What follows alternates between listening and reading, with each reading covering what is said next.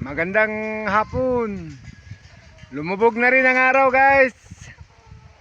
Patapos na naman ang isang araw. Tapos ko na rin ang mga gawain ko, guys. Relax muna. Bukas na naman ng umaga, umpisa ulit. Andito ako sa home court namin, guys.